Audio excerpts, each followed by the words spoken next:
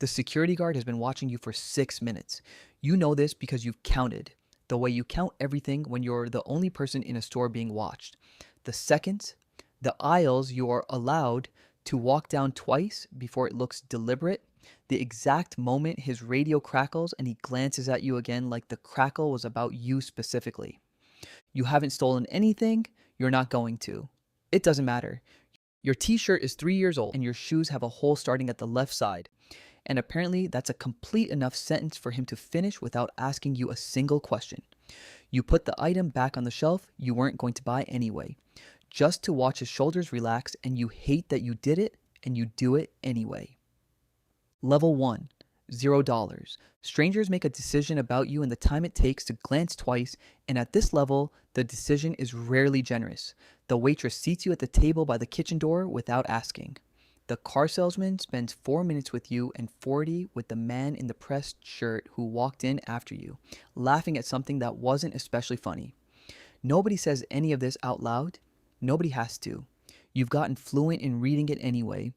The specific way someone's attention slides off you half a second faster than it should, the way a store clerk's "can I help you find something" carries a different weight than the one they offer the person browsing next to you.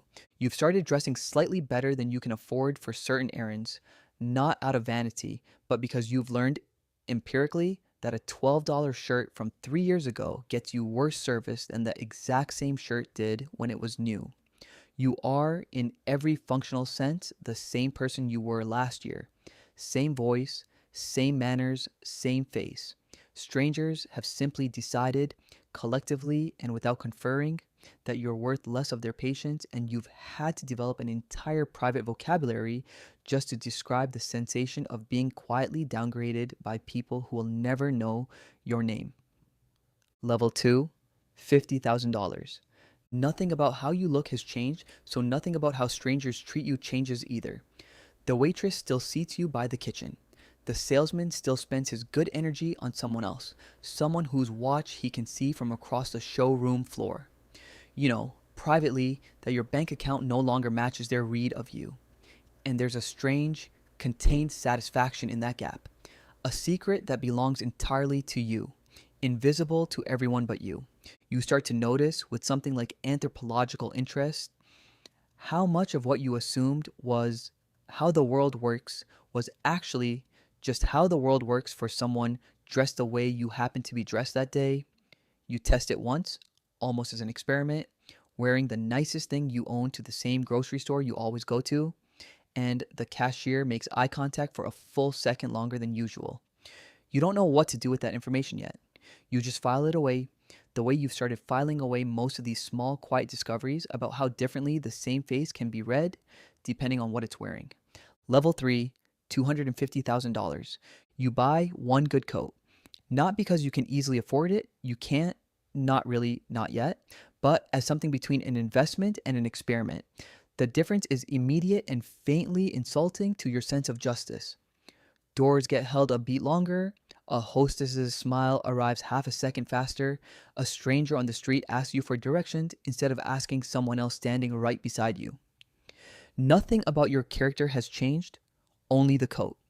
You start to understand that most strangers are not, in fact, reading you. They're reading fabric, posture, the confidence of someone who isn't checking a price tag before they touch it.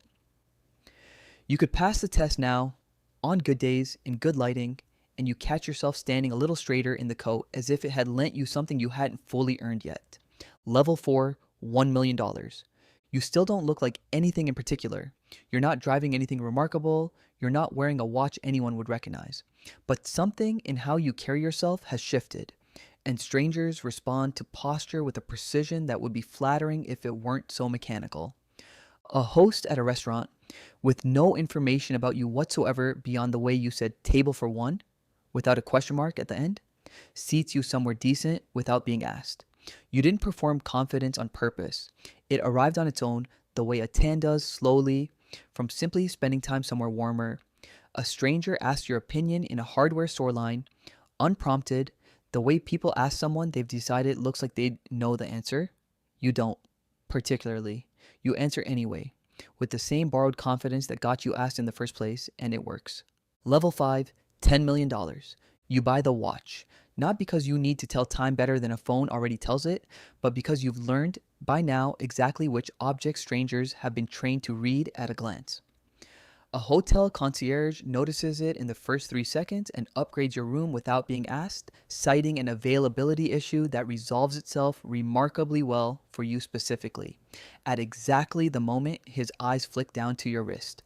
You start to understand that certain strangers, the ones whose job is service, whose income depends on correctly guessing who tips well, are running a constant, silent calculation on everyone who walks through their door. And you have, without trying very hard, started scoring well on a test you didn't know you were taking for most of your life. It feels less like being respected and more like being correctly identified, filed instantly into a category that comes with its own automatic set of courtesies, none of which you had to ask for. Level 6, $50 million. A stranger finds out somehow these things travel, and the shift in their face is instant and almost involuntary, like a light switching on behind their eyes. Suddenly, you're fascinating. Suddenly, your opinions on completely unrelated subjects carry a new, unearned weight. A man you've spoken to for 90 seconds at a dinner party asks, with visible effort to sound casual, if you're the type of person who invests in things. You say something vague and watch him recalibrate his entire posture toward you in real time, like a satellite dish turning to catch a signal. It is, at once, flattering and a little bit sad. The realization that respect, offered this quickly, was never really about you at all, and would have arrived just as fast for anyone standing where you happen to be standing tonight. You find yourself, for the first time, a little more interested in the people who talked to you before any of this, the ones whose posture never changed at all. Level 7, $150 million. Strangers start knowing who you are before you've told them anything. You walk into a room and someone who has never met you says your name correctly on the first try, having clearly done homework you didn't know was being assigned. People approach you at events with an opening line that's been rehearsed, a pitch disguised as small talk, and you've gotten good enough at spotting the rehearsal that you can usually tell within the first 4 words. The strangest part isn't the attention, it's how quickly you've learned to be gracious about receiving it, the way people who've had money for generations always seem to be, a skill you didn't know you were building until you noticed you already had it, deployed automatically before you'd even decided to use it. Level 8, $500 million. A doctor's office you've never visited before somehow already has your file pulled and ready before you finish giving your name at the desk. A stranger at a charity gala, introduced to you for exactly 4 seconds, will describe the conversation for years afterward as though it changed something in his life.